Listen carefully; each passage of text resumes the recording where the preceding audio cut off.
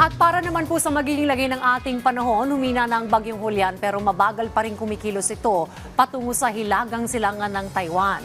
At bagamat nakalabas na po ng Philippine Air Responsibility ay nakakaapekto pa rin po ang bagyo sa ilang lugar sa bansa, partikular po sa Batanes. Ang update po sa lagay ng panahon ay hahatid po sa atin ni Pag-asa Weather Forecaster Chanel Dominguez. Good morning po.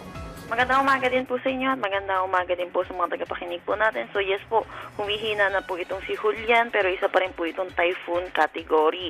Ito'y huli na mataan sa line 265 km northwest ng Itbayat, Batanes. May taglay na lakas na hangin na 140 km per hour at pagbukso na 170 km per hour. Ito'y patuloy na mabagal kumikilo sa direksyon ng northeastward. Dahil pa rin dito, meron pa rin tayong tropical cyclone wind signal number 1 dito na lamang sa May, Batanes.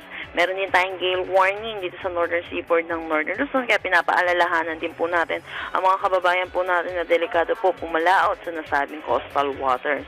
Asahan po natin ito si Julian ay magla-landfall dito sa may southwestern Taiwan this morning or afternoon at ito'y papasok ulit ng PAR natin pero dito na lamang siya sa northwestern boundary ng Philippine Area of Responsibility at ang kanyang magiging epekto na lamang ay dito na lamang sa May, Batanes.